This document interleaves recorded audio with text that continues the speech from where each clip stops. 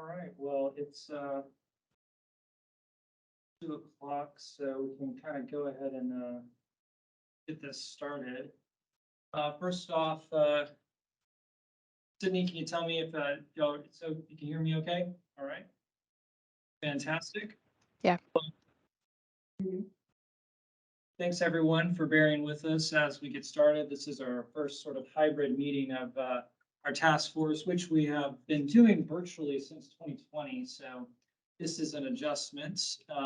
We've got a few folks here in the room with us at the Council of Governments. So this is just an option if you're interested in joining us in person, potentially going forward. We'll be evaluating.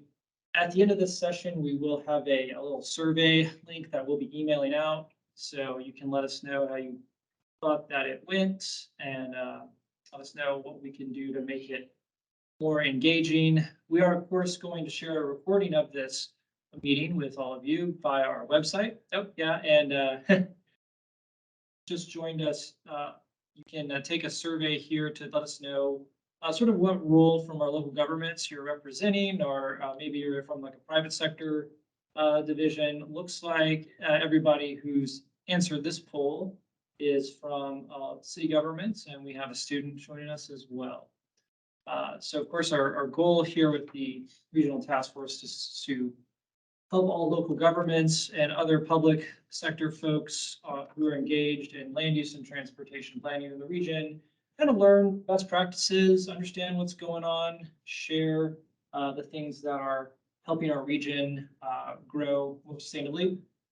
So Sydney, why don't we launch the rest of the presentation, and I'll just start by reminding everybody that this is our Coordinated Land Use Transportation Planning Task Force that meets quarterly to share regional best practices, talk about what governments are doing to advance sustainable transportation and land use. And we do this quarterly. So this is our first meeting of 2023. We'll have 3 more meetings this year. You can see those dates. And you can find out more about those meetings on our website. The topics have not yet been determined, so we're open to your feedback on those. If an idea strikes you as you're listening to today's meeting. And I think on our next slide, Sydney, we have a little outline for what we're going to be talking about today. First, we're joined by Casey, who works with our Environment and Development Department here at the Council of Governments, to talk about an upcoming award opportunity. And then our themed discussion this afternoon will talk about some of what we think were the successes and advances in walkable, transit-oriented development and mixed-use places in our region over the last year, and talk about how these projects are moving forward and what's coming up in the next year. And so we're joined by 3 different cities from our region: Frisco, Richardson, and Mansfield. And then we'll, of course, give a little presentation sort of tying together the patterns we're seeing and hopefully have a good discussion around those best practices that we can continue to advance in our region. And then we'll conclude with a few announcements about upcoming opportunities and funding. All right, so Sydney, if you'll go on to the next slide, I'll turn it over now to Casey to talk about the CLIDE Awards. Casey? So thank you, Travis. As you mentioned, my name is Casey Cannon. I'm with the NCTCOG's Environment and Development Department. It's good to be in person and see a few faces, but I guess most people are attending virtually. So we wanted to kind of plug our CLIDE program for everybody. As you can see on the slide, the applications for submittal will open on February 1st of this year and run through March 1st. Sydney, can you go ahead and advance the slide? So a bit of background on our CLIDE program for anyone who's unfamiliar. This is a program that we run every other year as an opportunity to recognize development and planning projects around the region that exemplify our region's principles of development excellence. And ultimately, we're looking for projects that exemplify growth in sustainable development and the creation of livable communities in North Texas. And if you're looking for more information on our principles of development excellence, You can see that on our website, www.developmentexcellence.com, and there's all sorts of information there. Next slide, please. And some more background information for any submittals. If you have any projects in your local communities that you want to be recognized for, these are your categories. So the first two, new developments and redevelopments, are pretty straightforward. And these types of projects would be ones that encompass many different principles that you would find. The special development category would be a bit more specialized. So any projects that exemplify only one or two of our principles, but do so in an outstanding manner. So this would be a good category for any environmentally focused projects. Low impact development are often found here. And then our last two categories would be categories raising public awareness and public policy and planning. So there's all sorts of examples in these two categories. So please take this information home back to your communities. If you are looking to be recognized for developments you have going on, we'd love to see those. And we're looking forward to looking at the applications in the next few months. So that's all I've got. If you're in person, we do have a handout that you can take with you if you want that information. And I think Travis said we could probably email this information out as well. So that's all I've got. And thank you guys for letting us plug CLIDE Awards. Thanks, Casey. And yeah, those kind of relate to what the projects we'll be talking about today. So it's very topical, and glad the timing worked out. You could talk to this task force. All right, so I think we're ready, Shawn, to jump into the main panel discussion. So yeah, we're going to get into our presentations now for today's theme, multimodal land use in North Texas, looking back at 2020 and looking forward to 2023. We hear about three very interesting projects. We'll start this off with John Letellier, Director of Development Services at City of Frisco, discussing their Frisco Rail District. John. Well, thank you. Good afternoon, everyone, on this great, beautiful day. So if we go to the next slide. So the rail district is the dark bronze area just north of the heavy green. That's our downtown.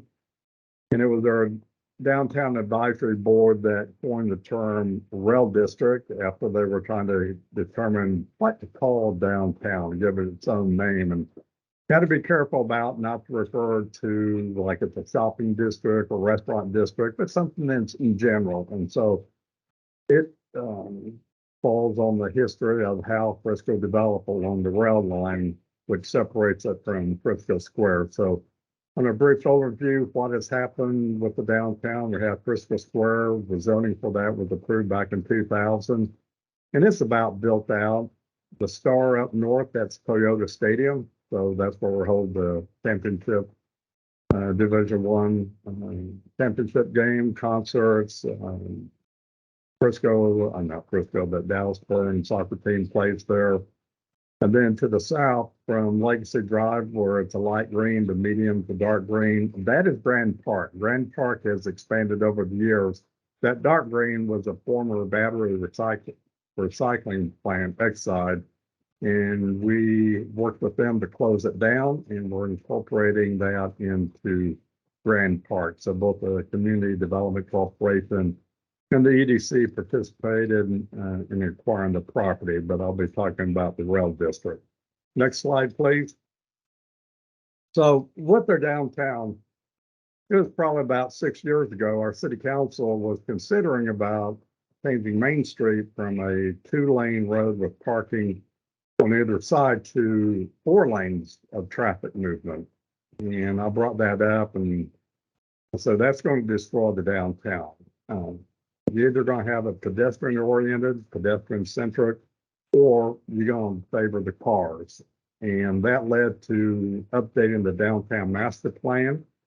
That discussion also entered the 2017 mayoral election, where both candidates were advocating to keep Main Street as 2 lanes. So after the adoption of the downtown master plan 2018, that following year, several projects out of the downtown master plan was incorporated into the bond in which the citizens unanimously approved. One is reconstruct Elm Street. And Elm Street is a combination of concrete street and curb and gutter, other sections, just asphalt and bar ditches. So that is being done currently. Then Main Street will be reconstructed. And what was talked about preserving the parking along Main Street, that is actually going to go away. The parking will go away to have wider sidewalks. So it's going from about 14 feet out to almost 20 feet of sidewalk, which will include street trees. And the third component is what's labeled as the 4th Street Plaza. That's an idea I've been kicking around since 2013, got that implemented in the master plan, and that was approved by the bond. So after Elm and Main is done, we'll be working on the plaza, in which we've hired a Mesa design firm to help on the design of that. So next slide. Okay, so prior to the adoption of the downtown master plan, the city has done a number of things to focus on walkability, try to rejuvenate development in the downtown. We've done a number of things. We took Main Street off the TxDOT system back in 2003. And that way to keep out the heavy trucks and start rebuilding it. But NAC Development, that's Donnie Churchman, he was really the first catalyst developer in the downtown to do any significant project.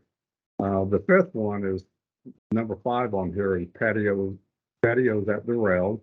That is a mixed-use development. I'll talk about that a little bit later. He also did towers at the rail, which is number 4. That's a combination of a 2-story commercial building with about 12 townhomes wrapped around it. The second one is Richardson. That zoning case was approved, but that includes a brewery, 4-story office building, and parking garage. Third one, also done by Donnie Churchman, which is called the NAC Theater.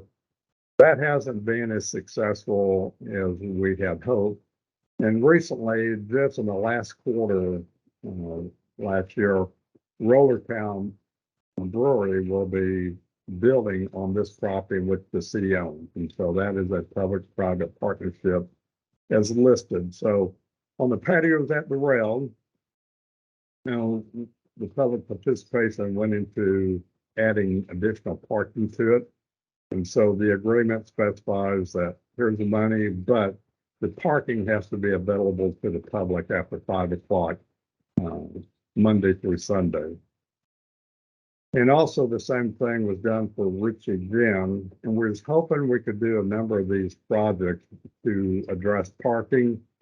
But there's only about one other property that might be able to do it. And so we're currently going through a bond committee and propose of doing a specific bond to do about a 4-story parking garage adjacent to the 4th Street Plaza. That will add about 390 spaces, which I believe is going to be necessary for once Main Street is done and the plaza is done. I see more businesses activating the downtown along Main Street west of 5th Street. Next.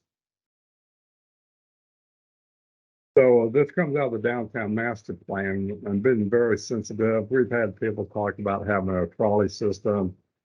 Also, that has come up as autonomous vehicles, Uber, and all sorts of things. And in order to keep Main Street flowing, we are proposing that if there is a trolley, all the pickup and drop off would occur along Elm Street. So it wouldn't interrupt the flow of traffic along Main Street.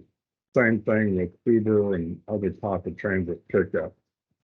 The roundabout that is shown, our traffic engineer has stated, it won't work. Now it would work, and they come back and says, no, it won't work from a geometric design. So that has been eliminated. But that was going to be a gateway feature coming into the downtown. Next. So this is about what MAC Development is doing in the downtown. So towers at the rail, that's the two-story building. And then the picture of the townhomes that wrap around that two-story building. You have the NAC Theater, as I've mentioned, that hasn't been as successful as we had hoped. And then we have patios at the rail. And then the Ritchie Gym, that's not moving forward currently, but the design of it will include a metal exterior along with wood. And the purpose of using metal in this area is it's adjacent to the railroad. Next. So this is just a close-up picture. So good development. Next, please. Okay, so this is patios at the rail. So you can see they did a open space on top of the parking garage there in the back. So and when you come up the elevator, I complimented Donnie. As soon as you come up the elevator and you get off, you're looking out onto this open space. So that's a good design element that he did there. And also the tenants, they were just having a door. They had the wall ripped out and replaced with glass to provide view onto that rooftop open space. So it is nicely done. And again, parking is provided below that. And just to the bottom left, that's what used to exist there was a former Dairy Queen that had been closed for about 15, 20 years and a self-service car wash. Next. Again, this is tower at the rail, just rendering of giving an idea on the space in between the back of that commercial building and those townhomes was treated with care just to make sure they're just not looking at the back of the building. Next, please. That's the NAC Theater. We'll just go on to the next slide. And number of murals. The one on the right is that patios at the rail that you can see from the rooftop open space that they did. These are other murals. We're getting more and more people doing murals downtown than ever before. So it's really been rejuvenated. City's put money into downtown. We'll probably put more money into the downtown than probably any place else in the city over the years. But it's always comes down to the private sector stepping up and investing in the properties. And Donnie Churchman has done it. And since he has done it, others are stepping forward. So we think we're on a renaissance for the downtown for the next several years. Next. And this is some of the events that we have in the downtown. I had two former staff members. They came up with the idea of doing a streets festival. And that's where food trucks come for one weekend in May. That has been very successful to bringing people downtown.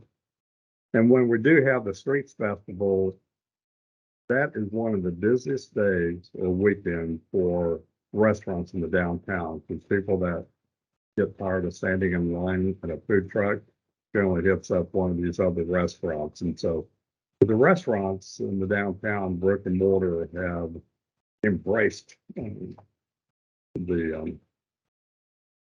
Streets Festival that's been held. But that's just a brief overview. I'm trying to keep the presentation short. And, I have a few minutes for questions before I have to bell off. But I was mentioning to Travis that if anyone has any questions, you can email those to Travis and I'll provide responses to those. So if there's any questions, if not, I have to bow out.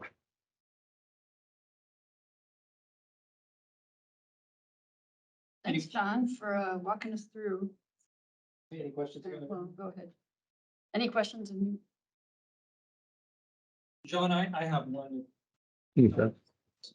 So it seemed like with a lot of your properties in your downtown, you mentioned small lot sizes. Are you guys just automatically exempting them from the parking requirements? And then it sounded like a pooling all that parking in a big public garage. Is that the strategy there? Well, what we're done in the downtown, we did this probably about 20 years ago. We reduced the parking in the downtown by 50%. And when Donnie Churchman did patios patios at the rail. He used a 50% reduction. And while giving a tour to our Planning and Zoning Commission, Donnie admitted that he did not have enough parking. He bought a couple lots across the street from the development and put in a surface parking lot. And that's not ideal in the downtown. But on the 50% reduction, we count on-street parking towards them. We have two public parking lots in the downtown that if they can't provide parking on site and it's not along the street, they can, we keep a tally to say, hey, you can use that parking. We're currently working on an amendment based on what happened with Donnie, the project, is if someone is redeveloping, like making it more intensive, is what happened at patios at the rail, is maybe it's only a 25 or 30% reduction in parking. But if you go to an existing building, you still keep a 50% reduction. So that parking reduction is done probably more for the downtown of having people to go down there and reinvest.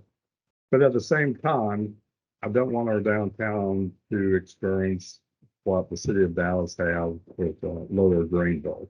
At the end of the day, people still drive. They will need a place to park.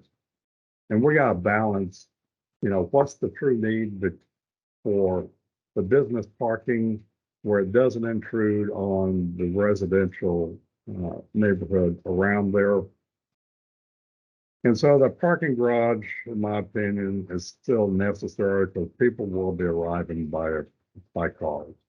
And when you get into restaurants, that's a heavy, intensive number of employees that will work in the restaurant as opposed to retail. And how do those workers get? So the parking garage that I spoke about earlier would be a public and free parking in the garage. And then one thing we're doing a little bit later this year, I'm taking the Planning and Zoning Commission and our Downtown Advisory Board and visiting with some other communities out of the state. And I know some of them, they've got rid of their parking minimums. And, it's a challenge. It's a balancing act, is how do you address parking? Because if you don't have the parking, that could discourage people from coming downtown. So finding that balance is challenging. That's a long-winded question, or answer, I should say. Any other questions from virtually or? Great. Thanks, John, for updating us on what's going on at the Frisco. Okay. Appreciate that. It's So exciting. y'all take care. Okay, bye. Thanks. Next, we have Keith Krum, Planning Projects Manager in the Development Services Department at the City of Richardson, joining us virtually, and we'll be talking about the Richardson Main Street project. All right, well, thank you. Glad to be here. If you can go ahead and go to the next slide. All right, this is a aerial of our Main Street area, basically our downtown back in 1960. Main Street is traversing from bottom right up to the upper left, and then Greenville Avenue crossing right there at the bottom. To the bottom corner, right corner is what was originally many years ago our City Hall and is now our public safety complex. It's been our public safety area since late 70s. Go ahead and go to the next slide. So a lot of this started back in 2009 with our comprehensive plan. The downtown was designated as an area for further study. In addition, just as kind of an orientation with our transportation system, prior to the 2009 comprehensive plan, our street classifications were based on the cross-section. So coming through Main Street is also Beltline Road. So it's traverses all the way from Garland all the way to Irving in our area. So it's basically an arterial, but it was pretty much a collector style roadway through downtown, a 4-lane undivided. So with the 2009 comprehensive plan, because of the function and connectivity of the roadway, it is considered an arterial. When we did get to the further study, the Main Street Central Expressway Vision Study, one of the items in there was to rethink the traffic flow on Main Street to make it more pedestrian and bike friendly while still providing the capacity for vehicular traffic. And following the vision study, we did do a form-based code for this area and a number of other properties north and south of here. So the new cross-section provides for wider sidewalks and a median. Go ahead and go to the next slide. All right, so this project itself started back in 2019 and ended just last year. It was approximately about $15 million price tag. There was a bond program project. Components included the roadway replacement and intersection realignment, pedestrian enhancements, and trees and infrastructure, as well as what we're calling the two-corner open spaces. Next slide. So in terms of the roadway replacement, the extent was from Interurban Street, which is just past the Dart Rail to the west of our downtown, over to Abrams on the east side. The intersection of Main Street and Greenville was realigned, basically straightened out a little bit so that there would be better visibility and traffic flow. Continuous median was put into the 2 blocks of downtown with a new pedestrian crossing at Main Street and McKinney. Basically, there's no vehicular turning movements in that corridor. New turn lanes as well as the signal replacements. Next slide.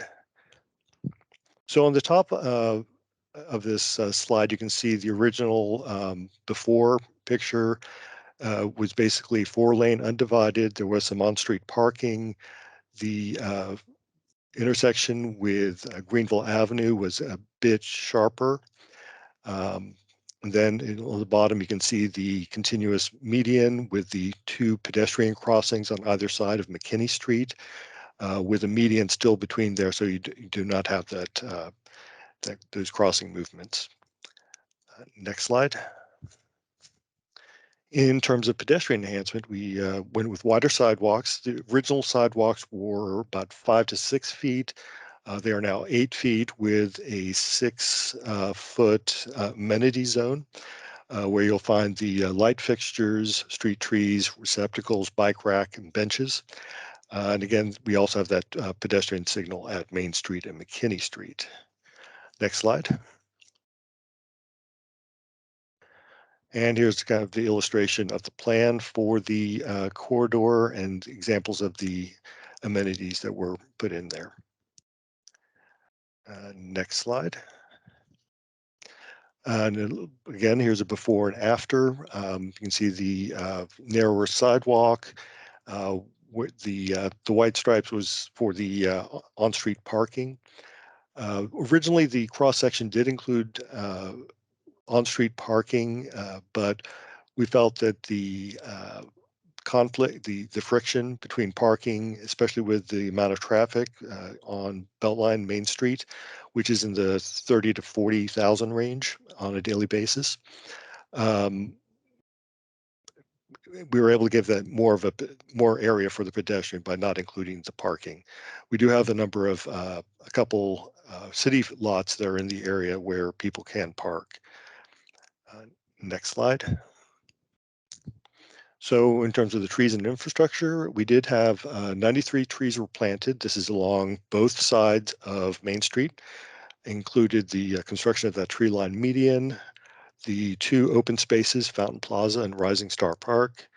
And all the trees were a mix of bald cypress, live oak, Mexican sycamore, and red maple. They were matured offsite prior to planting. We had a planter who's going out there to check on them on a regular basis. The northeast corner of Greenville and Main Street, there was removal of overhead electrical lines and installation of underground utilities. And then on the west side of the project, Texas Street had an open drainage channel that was enclosed. Go ahead, next slide. So here's another view of before and after. You can see the continuous median, the the wider sidewalks. We do have the traffic flowing pretty well.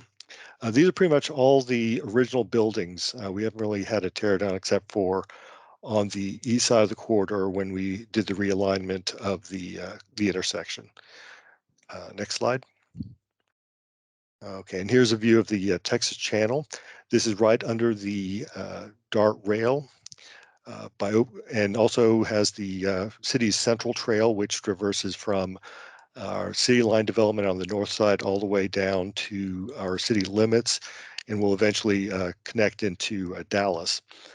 This provides a amount of open space for civic events. We've had what's called the Culture in the Core last year with a lot of artists, a lot of international groups participating in that. Next slide. And then finally, the two corners. We have both Fountain Plaza and Rising Star. So Fountain Plaza is on the northwest corner of the Greenville and Main Street corner. It was created from surplus land purchased by the city for the realignment of the intersection. So there was just a little bit of land needed for that area. So we went ahead and created the plaza. It's landscaped with a grove of bald cypress trees, has a central fountain and a number of picnic tables. Rising Star is across Greenville at the northeast corner. It's part of the city's rebuilt safety complex, and it was actually the site of our former fire station, which has moved further north. It's anchored by the Rising Star Public Art. Next slide. So here's a plan view of those two corners. The city police department is just to the north and east. That's the parking lot there. And then next slide. So here's a picture of the before and after. This is the building that was taken down for purchased by the city and then taken down for the realignment of the intersection. See, we have benches, picnic benches, the grove of trees, as well as the fountain. I believe is kind of to the center on the right-hand side. Next slide. And finally, Rising Star. You can see the before and after. All the utility poles have been taken down. The Rising Star is a basically star shape that is kind of twisted as it goes up. Next slide. And finally, we have the ribbon cutting. We've had, as I mentioned, a number of events downtown that's brought out a lot of people. It's actually been rebranded as our downtown is part of the core district, which is a number of little sub-districts that were many of which were part of the Main Street rezoning and vision study a few years back. And that wraps up my presentation if there are any questions.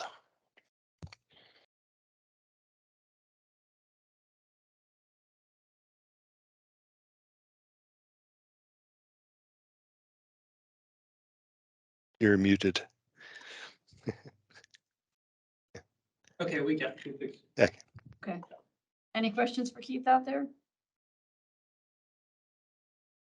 I have a question. Yeah. So Keith, I think you'll have a mixed-use project happening just down Main Street, don't you guys? Yes, it's an infill project at the Chase Bank building. A number of multifamily units with ground floor retail. And have you guys seen any other business activity pick up as the street's been redone, finished? Yes, we do have a property owner who has several properties and that they've been renovating. There's a former house on Texas and Polk that's been turned into a coffee shop. There's another building that is for lease. And I understand there's supposed to be a restaurant going in there. We've had a number of other little buildings. We have one of our residential builders is downtown. They've been there for a little while, but they've done a great job. And I'm trying to think what else. But yeah, there are additional plans. There have been a number of facelifts on the buildings, some painting of the buildings, patio set up. So we do have, there's definitely activity down there. Thanks, Keith. Looks like we have a question from Jason. Would you like to go ahead? Hi, Keith. My question, I'm not sure if I got the numbers right, but I was curious about the sidewalk and the amenity zone width. And I was curious for your pictures, if you extended the sidewalk into the roadway at all. So were you able to add the wider sidewalk and the amenity zone within the existing width that was already there? Yes, yes, there was Okay. talk if we were going to make some widening, we would have had to work with the property owners to the south, or actually, yeah, to the south. But basically, it's the existing buildings, and we were able to take in the on-street parking. So that's Okay. it's an 8-foot sidewalk, 6-foot amenity zone. Does it include a shy zone at all up against the buildings, or that just is 8 feet sidewalk, 6 feet amenity zone? I don't believe there is that. I think it's just the sidewalk and the amenity zone. I can double Okay, check on that thank though. you.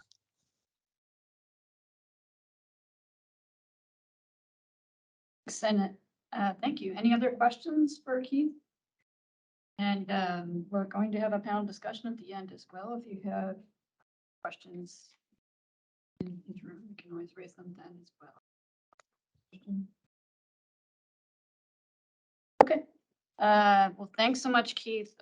Really interesting about the Richardson Main Street project. Sounds like you've got some really great stuff going on, and some particularly really cool public spaces you got in the works. Happy to see that. Thank you. Finally, we have Jason Moore joining us here in the room, Executive Director of the Mansfield Economic Development Corporation, and he's going to talk about progress with the Mansfield downtown. All right, thank you so much. Glad to be here. I also have Rachel Bagley with me, who works in our office as our Director of Marketing Innovation and happens to be our downtown liaison. So all things downtown. So had to bring the expert. So next slide. Thank you. So I'll talk about 3 main components of what's driving development, redevelopment right now in Mansfield and downtown specifically. We have a lot of interest in the private investment across all the different capital markets. But specifically, this really got kicked off with the inclusion of the Mansfield line on 2045 mobility plan by COG. So if you go to that next slide, when we looked at this, of course, we were very excited as economic developers and planners to be a part of a future rail system. And so we've taken this and developed downtown strategies, implementation, action plans based off of the 3 proposed locations in town. And so one of those on the far west, this rail line would connect downtown Fort Worth down to Midlothian. And there's 3 locations that could be potential sites for, potentially a passenger rail stop. And the far west location in Mansfield is the downtown. In the center is really what we're calling our innovation district. And you'll likely see a press release coming out shortly today or tomorrow morning on that innovation center. And then on the eastern side is our entertainment district with Big League Dreams, Hawaiian Falls, and our public golf course. And so specifically with downtown, this was exciting for us to look at what are the potential strategies for bringing in a transit-oriented development. And if you go to the next slide, we brought in half associates, and this was a plan adopted in 2020 to put together those strategies for us and look at our current market, what the retail, residential, office mix look like, and specifically what kind of potential TOD could we look at in our historic downtown. And so this is the transit site on the left. That's actually a boat and trailer storage yard. The owner right now is an investor who, understands the long-term potential of this site and what it could be. course, everybody loves the Grapevine Transit's the new stop there, or the location for the Tex Rail. And that's, I think, kind of what everybody wants to strive for, is something with that type of intensity and mix. And so this is our location in our downtown. It's just north of our historic downtown.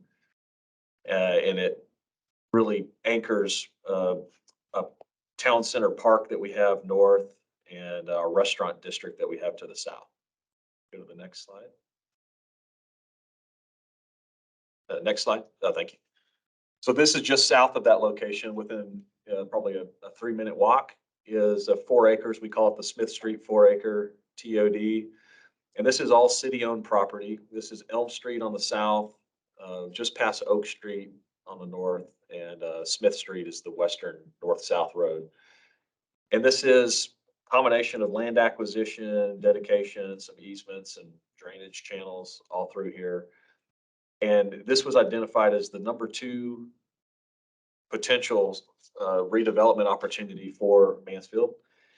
And so staff worked really aggressively to find the developer to come up with the right vision that matched the city council's vision for creating a TOD. And if you go to the next slide,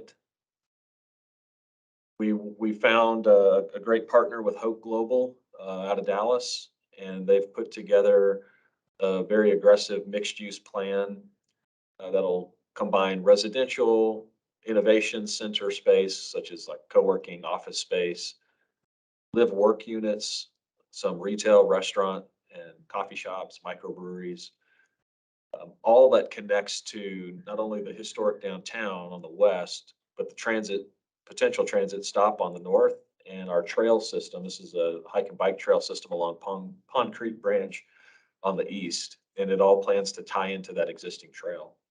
And so they started out with a plan just to see what could fit, what's the size, and that's about 280 units of multifamily above a commercial zone, kind of in the core in the center, with a public plaza, parking, or a public realm type space. And that the reason for that is there's a large drainage culvert that really can't be redirected that goes through there. And so we're able to maintain that as a public open space to activate the entire downtown.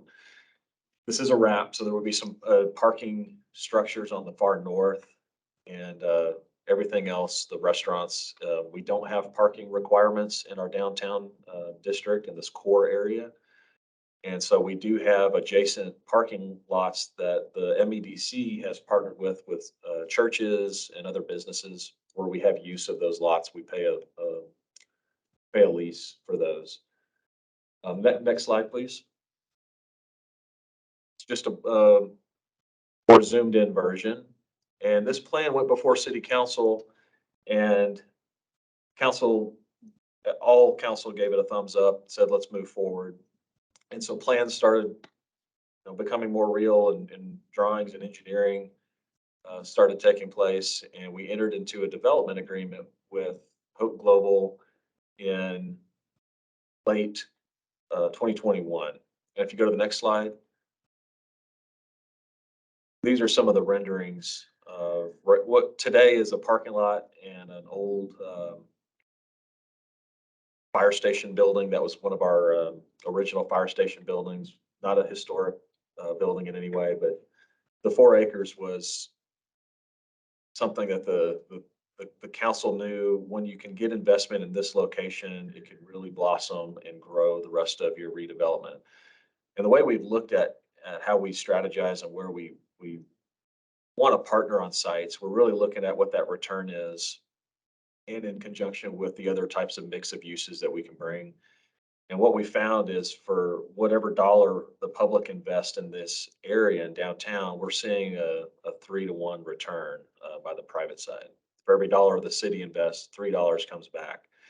And this isn't a TERS district, it's a tax increment reinvestment zone with Tarrant County participation. The TERS was established in an interesting time. Like, I think if other cities have started a TERS district in 2008, it was kind of a really bad time to start one, because we saw property tax values decline over the next several years before it went up and created an increment. So this one was created in that timeline, and it's not it has not produced a significant amount of revenue.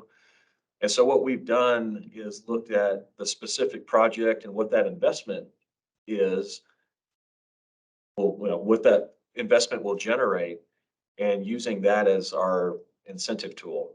So if your project generates X dollars, we have a certain percentage out of that that we can provide to you as an incentive, rather than using the entire TERS district as you would typically look for. And so this is not just a residential project. It's very significant to us because it will provide an innovation center that will partner with our Small Business Development Center, the SBA, our local entrepreneur committees, and our MEDC efforts to do some economic gardening. And so this is where we're planning to do that. We're going to rebrand Smith Street as part of our cultural arts master plan that we're going through right now, hopefully into some kind of innovation alley, and really create a lot of excitement and new investment opportunities for the historic buildings on the west. You go to the next slide, please. They're just some images. So Hope Global, you've probably seen them on several projects around town.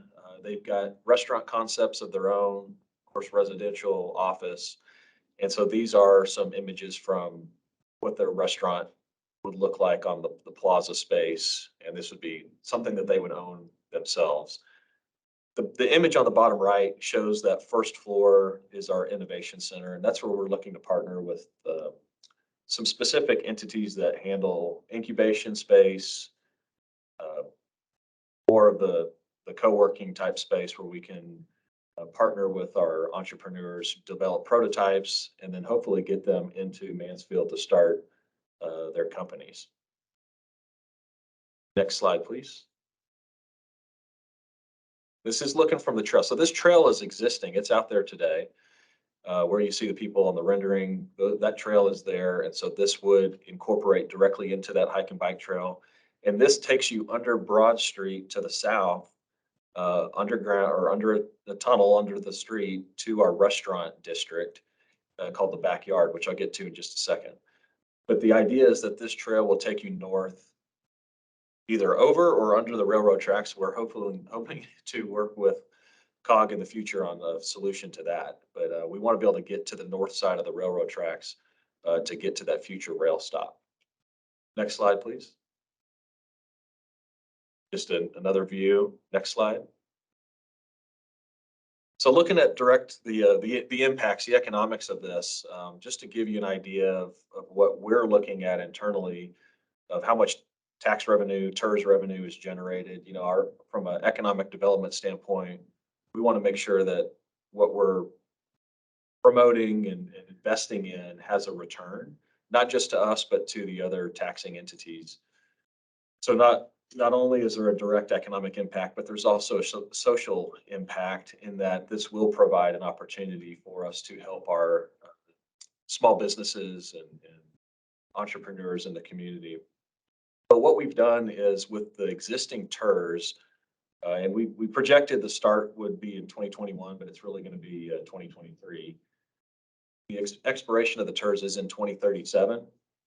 And so that's why that is limited there.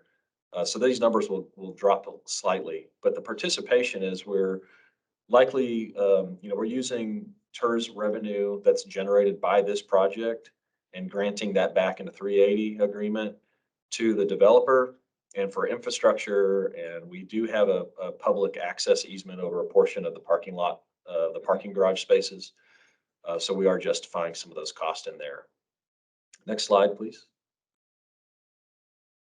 All right, so south of this project is our Backyard project. And this is, we started off with some really cool architecture, some great restaurants.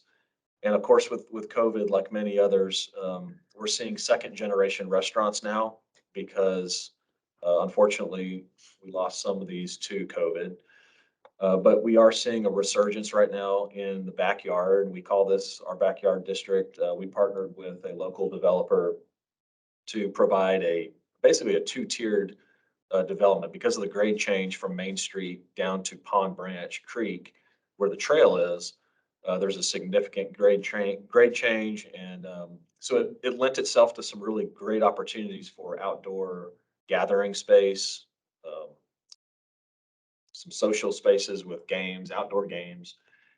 And we recently worked with the original jail, which is, you see in the picture is the Meehan's Chop House. That just opened up, and Henry's Cigar Lounge on the back. We have a local company that wanted to come in and renovate that building, and create a destination restaurant and entertainment space for the community. And it's been open a couple weeks. It's been very successful. It's brought a lot of new folks downtown. But parking is an issue. So behind this backyard, we've got very limited parking. And with the restaurant, similar to what the Frisco Rail District, when you don't have the parking, sometimes people will just keep on driving if that's what they're going to do. And so we've had a long focus on bringing in new residential and getting the density in the core downtown up so that we don't have to rely on folks to drive in to support and sustain the restaurants. And so a lot of our targeted development opportunities are matched with some type of mixed use that has a residential component, whether that's single family townhome, attached townhomes, or multifamily. Next slide, please. And so I'll just wrap up with, as part of those strategies and the downtown strategies that HAF Associates helped us with, we did rezone our entire downtown into a form-based code district. That did a couple of things for us. It gave us the opportunities to entitle land for those uses that lend themselves to the mixed use developer. But it also added a time and predictability component that has just generated a lot of activity and investment opportunities that, if somebody had to wait 6 months to get a zoning change so that they can do one of these types of projects, time's money, and that impacts our ability to get a better deal for the community. So we with the zoning change that took place in 2021, that's really accelerated a lot of our partnerships with a lot of companies right now in town, and we can't keep up. And there's a lot of land acquisition taking place, and we're trying to be strategic in that as well with the MEDC and the city and the TERS. So it's an exciting time in Mansfield, and happy to answer any questions.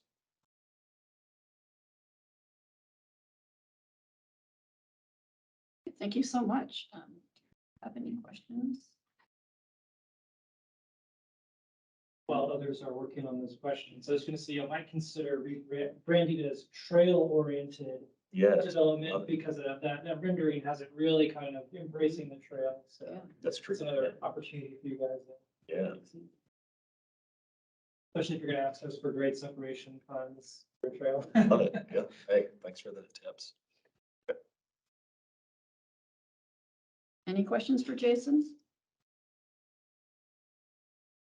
Not, again, we'll have some time at the end when our panel discussion, if any questions crop up in the meantime.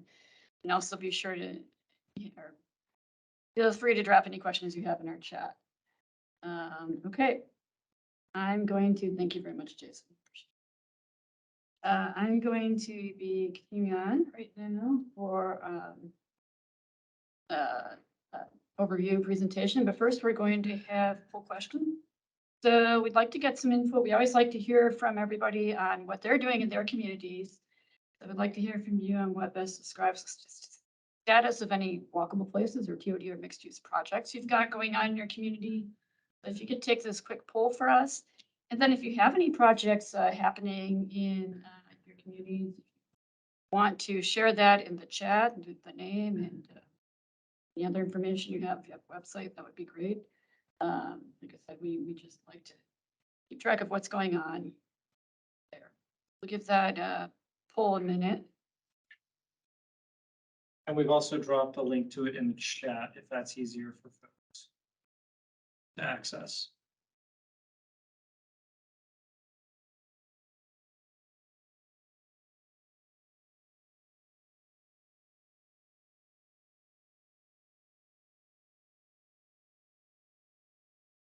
Right. So it looks like we've got about more than 10 projects happening, so that's great. And got some that are planned and about, looks like 6 that are in design or construction, so that's terrific. One that's planned and not funded, so great, thank you. And it sounds like we're continuing on Walkable Places activities and having things happen throughout the regions. Appreciate that. Again, if you want to leave any information about your projects in the chat, that'd be great to see. All right, I'm Shawn Conrad. I'm a principal transportation planner on the sustainable development team here at NCTCOG, and kind of tying all the threads together, I'm going to do an overview of the regional growth of walkable places here in DFW and CLIDE support and activities for walkable places. For purposes of this presentation, I'm basically using the term walkable places as an umbrella for walkable, multimodal mixed-use places we've been talking about today. I'm going to be sharing quite a few things in the chat. I'm going to make sure you have all the resources, but since not everybody is virtual today, we'll also make sure to include those links in our follow-up email. All right, next slide. So in the spirit of looking back, just recapping some ways that NCTCOG has supported walkable places in the region in recent years. Way back in 2013, we developed a brochure that highlighted walkable places throughout the region. This was mainly to act as a resource for visitors and newcomers in the region to discover some of these places. We're going to be working on developing an updated interactive version of that original effort here. In 2019, we worked with George Washington University to develop the Walk Up, Wake Up report that inventoried DFW walkable places. More on that in a moment. I'm going to drop the link to that report in the chat. However, take a gander at that. Also in 2001, we completed a TOD inventory of walkable development projects at rail stations, as well as a TOD design guide. Travis is your guy on that project, and also drop the link website for that. Well, take a look at that. Okay, and then we also have our Sustainable Development Funding Program, which has a pretty long history, and that has funded multimodal improvements supporting mixed-use developments around the region, also giving you the funding program. And I'll be talking about that some more in a bit. Next slide. So the Walk Up, Wake Up report we assisted GWU with in 2019 inventoried what they called walkable urban places throughout the region. And they did these reports for several regions around the country. The goals were to show demand and potential for walkable places in DFW. They developed a typology of walkable places. This was based on walkability versus drivability and regional significance versus local significance. And then they mapped places based on various factors, including walk score, intersection density, development thresholds, and of course, staff review and stakeholder interviews. They mapped a total of 77 walkable places in the region.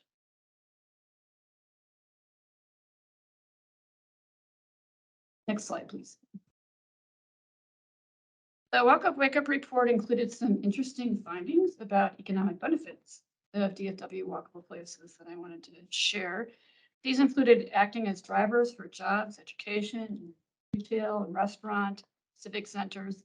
They found that 38 of the walk-ups that they called established walk-ups had the highest density of land use in the region. Next slide, please.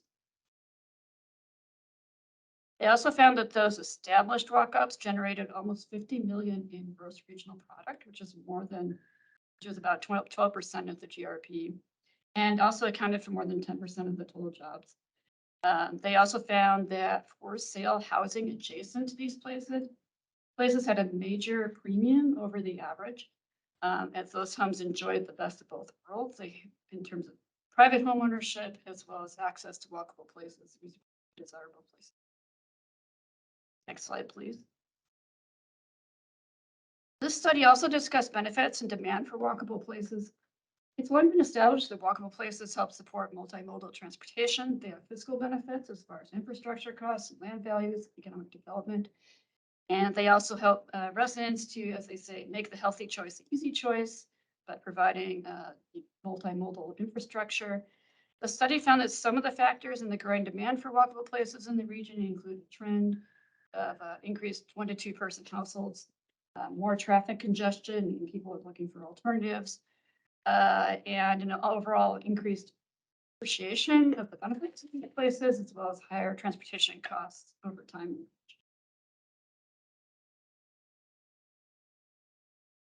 So building on the Walk Up Wake Up inventory, Sustainable Development developed our own walkable places inventory last year. This took a broader focus and put more of an emphasis on building form, looking at the mix of uses and the transportation context. We identified 143 places, which added a lot of historic areas, downtowns, and other places to GW's original inventory. We presented this back in July of last year and requested city feedback, and that opportunity is still open. If you would like to review this and comment, if there are any walkable places in your community that you think should be included in this inventory, or any thoughts that you might have, we'd be happy to hear them. Put the link to that in the chat as well. Slide. We also looked at the trends for when walkable places were established. This the graph here shows the number of walkable places versus the year of establishment. Back in 1990, there were about 70 walkable places, and that has more than doubled since then. We've had an accelerated number of these places being established in the last 10 to 20 years. So it's a great trend to see. Next slide, please. And specifically, we found that about 3 walkable places were established per year from 1995 to 2021, and 2012 to 2013 had the highest growth, with 10 walkable places established just during that time. And of course, regional growth continues, and we anticipate demand for walkable places will also continue as well. The recently completed NCTCOG 2045 demographic forecast found that we're expecting more than 11 million residents by 2045. And households are projected to increase by more than 800,000. Total employment is also expected to increase, particularly in the service sector. So good stuff coming our way. Next slide, please. Finally, I wanted to touch on our Sustainable Development Funding Program and a few examples of recently completed walkable places funded through this program. You can access an interactive map of our projects at the link that I previously dropped in the chat for Sustainable Development Funding Program. So this program funded planning, infrastructure, and a few land banking projects. We held 4 funding cycles. They were in 2001, 2006, 2010, and 2018. They allocated about a total of approximately 130 million regional transportation council and regional toll revenue funding in the region. Cities were required to provide a 20% local match, which amounted to a total of about 32 million. The program funded bicycle, pedestrian, and transit infrastructure that supported mixed-use development. So particularly for the 2006 and 2010 calls for projects, mixed use was required to be a part of funded projects. Across all projects, across the region, we funded more than 80 projects. Most of those are now completed. We've had 13 completed or closed out in the last 5 years. And we have a few active projects left as far as, and some projects that we funded in 2020. So looking back, a few examples of recent projects this program was funded. Fort Worth South Main was a project that supported a larger revitalization project of South Main Street in Fort Worth.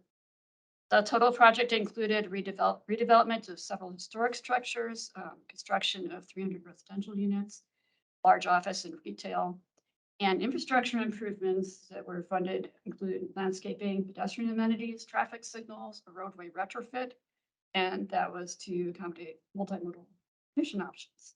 So the project had an increased land value from 6 million in 2013. The project got underway to more than 4 times that in 2019.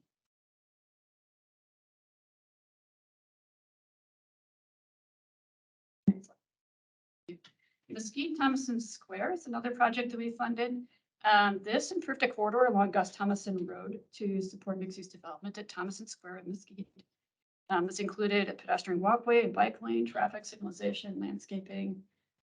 This provided some really good multimodal access to Vanston Park, which includes a lot of recreational amenities, as well as mixed-use commercial and office and housing. Land value for this project increased from 829,000 to 7.3 million in 2020. Slide, please. And finally, Dallas Zang Triangle.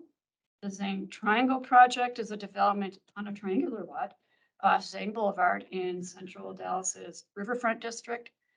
These improvements included pedestrian amenities, crossing improvements, safety, and landscaping. This provided safer pedestrian access to a number of nearby amenities, including their Oak Cliff Founders Park, just right across the street, retail services, and Boston streetcar transit connections. So this land value increase was from 23 million before the project start to 37.5 million in 2020. Next slide, please.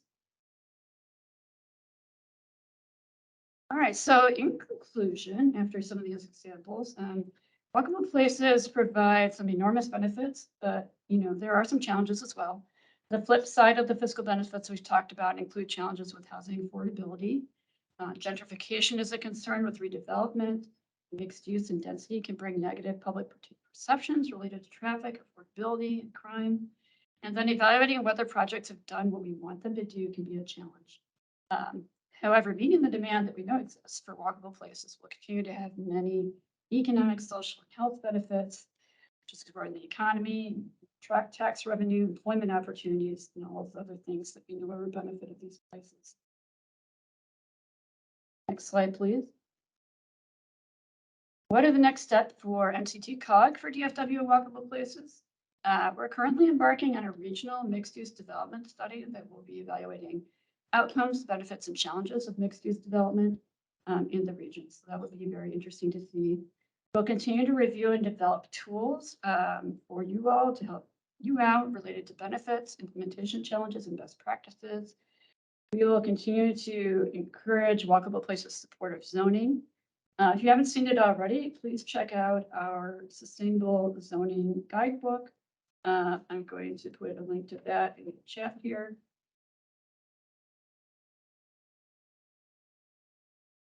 There will also be opportunities to gain transportation development credits when adopting supportive policies, including zoning, with the upcoming round of policy bundles.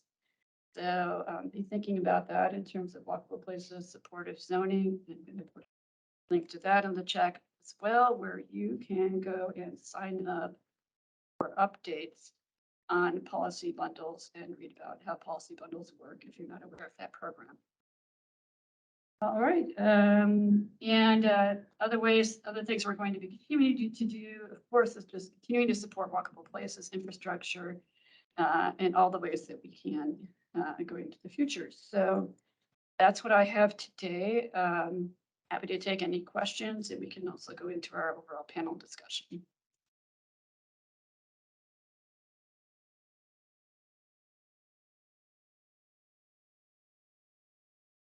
So let me, I don't see any questions in the chat or any raised hands right now.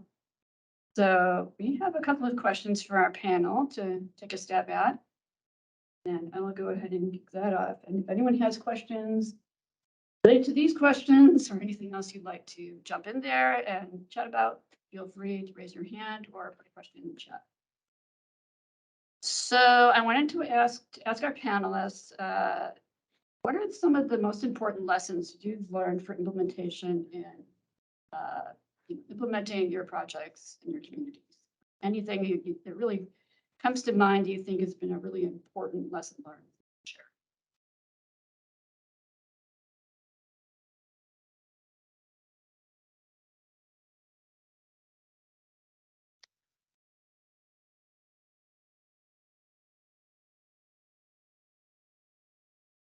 Say something. Okay. There he goes. Go ahead, Keith. Well, I'm not sure if I'm trying to think of a lesson learned. A lot of this project was done by colleagues, I think in terms of making sure there's plenty of public notification on any project changes that are happening, just in terms of traffic. Working with the property owners to keep them apprised. The city didn't do anything in terms of support, but I understand some of the property owners did provide some relief during this period, the construction period on our project, in terms of any interruptions based on the construction.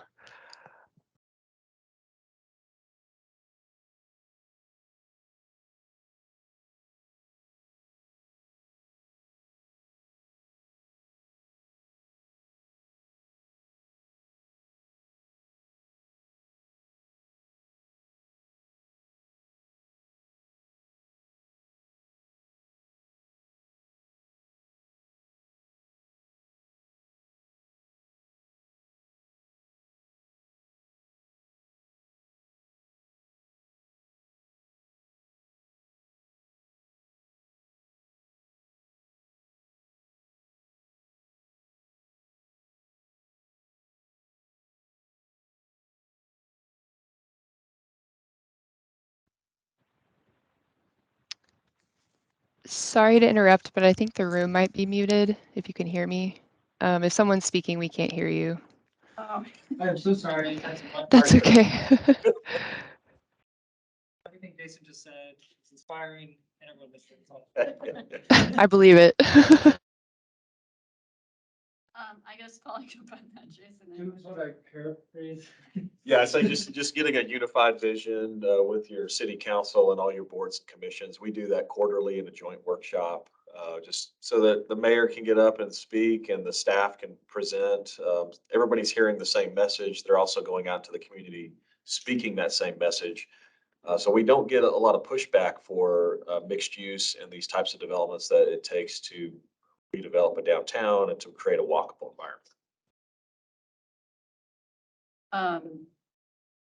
Any tips on how to, just thinking about this, any tips on how to kind of message that to the public that worked well for you? I think it's all about the education, how are we presenting the information, showing not only the financial return. There's a portion of the public that wants to know, when you can show them the cost per square foot of a mixed use development and what that return is to a city versus a spread out single family development. It's pretty significant. And when you can share that and show those, not only the economic benefits, but then the social as well. That's been helpful for us from an education standpoint.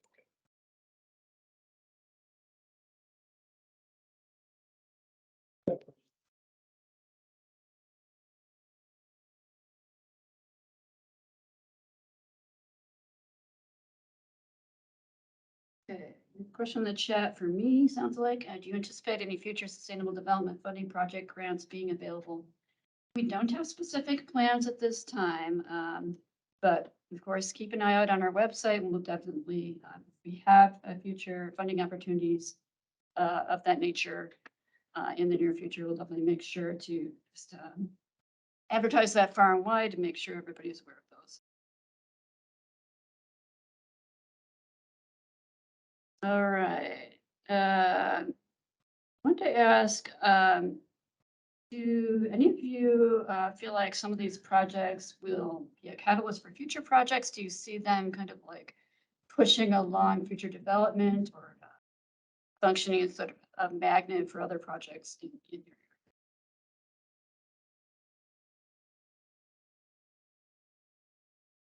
Overall, we've seen quite a few projects throughout the Main Street Central area that have taken off. A lot of facade improvements. We have a kind of a light industrial, like traditional rail side developments that's been getting a lot of facelifts, getting new businesses come in. Downtown, we've seen, of course, the facelift, as I mentioned, and some of the infill development. I think there are future plans from the property owner who's one of our major property owners there, but we have not seen that yet. But there's definitely stuff that's moving forward.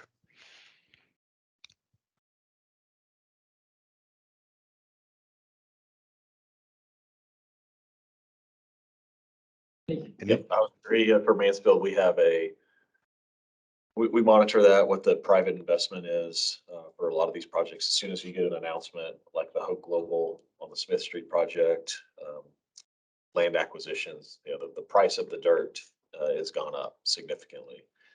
And that's a concern for us too, is we don't want to artificially inflate the market to where you're paying now $25 a square foot for a piece of land when traditionally it would be closer to $6 or $7. And quicker the incentives come and the participation and even the purchase of or acquiring of property, that can have that effect where you have the artificial inflation. And that's where we try to be very specific and cautious in our approach. Doesn't take long for that effect on the ground for sure. Is that due to like speculative landowners grabbing up properties in downtown? Right. With the announcement of Bell's partnership?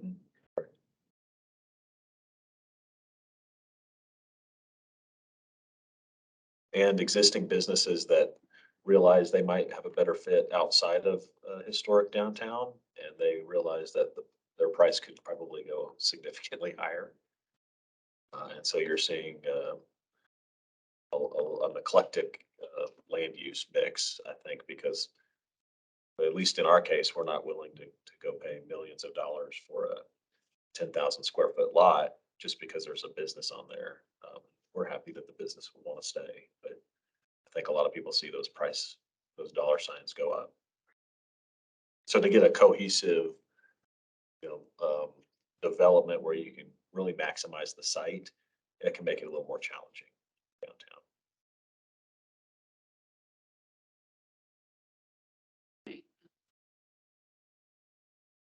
I wanted to ask each of you as well, could you talk about a little bit how you funded?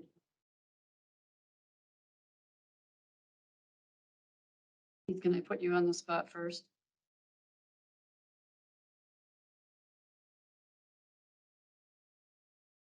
If you're muted. I am. You kind of cut out a little bit there, but you were asking about the funding for the project.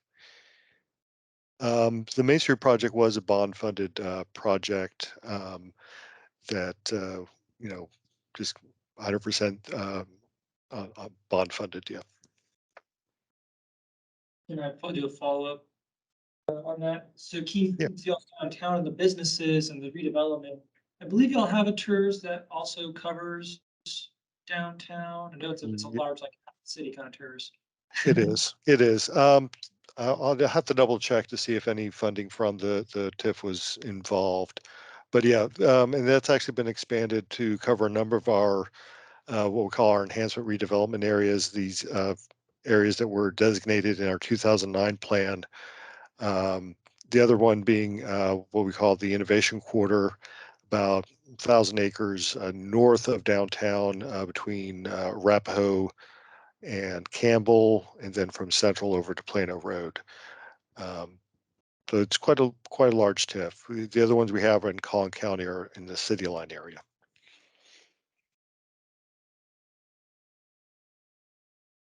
Explain a little bit how you funded your project. I think John logged off. Oh, that's right. You left it. Thank you. So Jason. Yeah, ours were primarily TERS funded. Now, we did take back Main Street from TxDOT in our downtown. And I don't know the history of that specifically. And we created on-street parking. It's still a 2-lane each way, 4-lane undivided cross section that we're hoping we can shrink down to a 2-lane divided with some more on-street parking as well. But that was a big public investment, likely through the TERS. That's how we're funding a lot of these. The land acquisition is between EDC funds and TERS, so type A sales tax. Interesting about that turn back from TxDOT. Has that been a benefit as far as being able to design the project? I think from my understanding, it is, it's significant. And like, I don't know if Keith or John mentioned, that someone else had done that as well. And it's kept the bigger 18-wheelers off the road. So you've got your shops and your businesses, that you want people walking to. And when you have an 18-wheeler driving by at even 30 miles an hour, that's kind of scary. So that's helped significantly. Interesting. I do have a question here from Ryan. I'd love to hear more about how you reclaimed your main street from textile. I think you mentioned you went in on the history of that. Yeah, I don't know, and I would definitely can find out, but I imagine it's like a buyback program where you take over the maintenance. Um, I recall hearing some of the first discussions of that, back in the RTC days when I used to come up here, but, I don't know how Mansfield did that specifically, but I can certainly find out and give you guys, an update. A future discussion for us to have on the task force here. Yeah, there are actually quite a few communities in North Texas, either downtowns, Grapevine, Irving, I know are two. And this may have predated 2013 Mansfield. It's been happening for several decades, that pieces here and there. So we have at COG, we've been tracking these. Okay. There's a table somewhere. But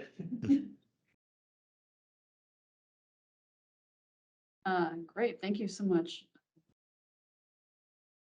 I'll float one more question out there.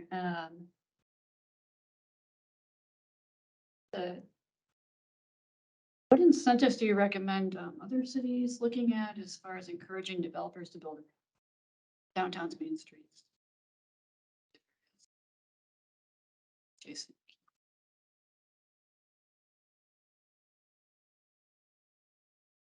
So, for us, the TERS has been one of the most successful. Obviously, if our base year had been in a different year than it was, we may have some more funding available.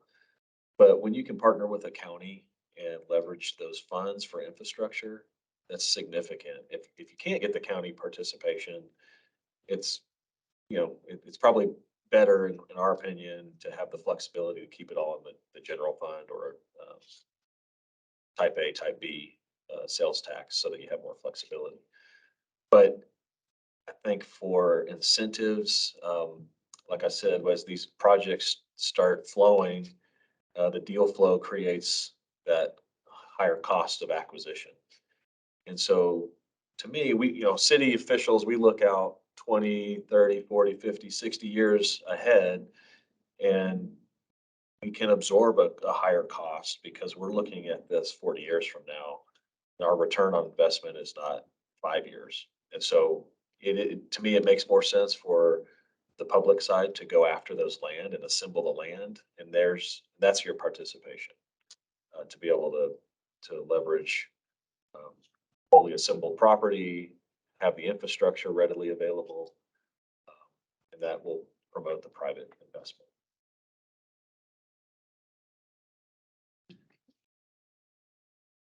Oh, I agree in terms of the TIF or TERS funds. Working with the counties as well. We have done quite a few trail projects with the county, as well as some other transportation projects. We recently, previous to last year, our economic development was in partnership with our chamber. We now are forming our own economic development department. So I think there's a lot more forthcoming in terms of the economic development side in Richardson. Great, thank you so much, Keith. Mhm. For all really good insights. I think at this point, thank you to our panelists and thank you for joining us for our discussion.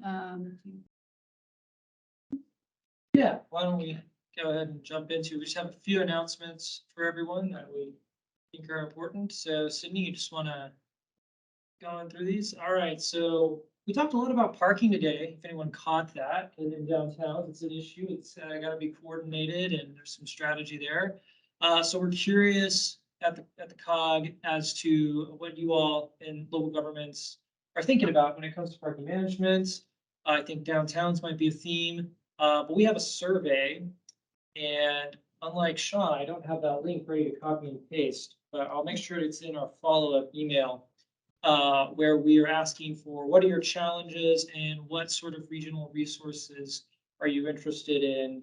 We are in the process of going out and counting parking utilization at random, not random land uses, but land uses that are continually being developed in our region. So that's one product, for example. But we're curious to hear your thoughts. So that survey is open until the 10th of February, if you want to check that out. Sydney, we have another announcement on some funding opportunities. Now, these are federal grant opportunities. You may have heard of something called the Bipartisan Infrastructure Law. It has like 3 different names. A lot of federal money there, and the federal government is sort of in a rapid process announcing different competitive grant opportunities that local governments can apply for. And of course, NCTCOG is very engaged in these because many of these are transportation infrastructure related, and they will be coordinated ultimately through our federal funding record to the tip. But I've just highlighted a few here that might be of interest to local governments. I've got a link there that you can follow to find out more information on each of those. And if you may get some notice from COG if interested in partnering. Yep, Sydney, let's move on to the next announcement. So many of you are engaged in planning and thinking about planning. There's a American Planning Association conference called Focus on Texas happening on the 3rd of February. Various topics around transportation and land use, so it may be of interest to everyone. I happen to know that the registration is close to filling up, so if you're interested, now's the time to go check that out. And again, link to more info there. So I think that's all we have in sort of announcement things. So on our last slide here, we have our feedback survey for this task force. We would really appreciate people leaving us some feedback so that we can continue to make this a valuable meeting for everyone. Especially with this whole hybrid setup. I know we kind of got the tables in a weird spot with the cameras, so that's one feedback I've got for us. A note on the AICP credits, we kind of had a technical issue with APA, so those haven't yet been approved, but we will email everyone when they get that paperwork done. And we will make these slides available on our webpage after the meeting. And we'll also be asking about how valuable you think the AICP credits are for this meeting. We'd like to get that input as well. Here's our contact info. And we appreciate everyone taking time out of their busy days to come and chat with us. If you have ideas for future task force meetings, please send those to us, especially if you've got an idea for a good speaker or project, or your community has learned something or done something that you'd like to share with the region. We would appreciate that. So I think, Shawn, unless you have anything else? Yeah. Then we are going to conclude this meeting. Thanks, everyone. Have a good afternoon.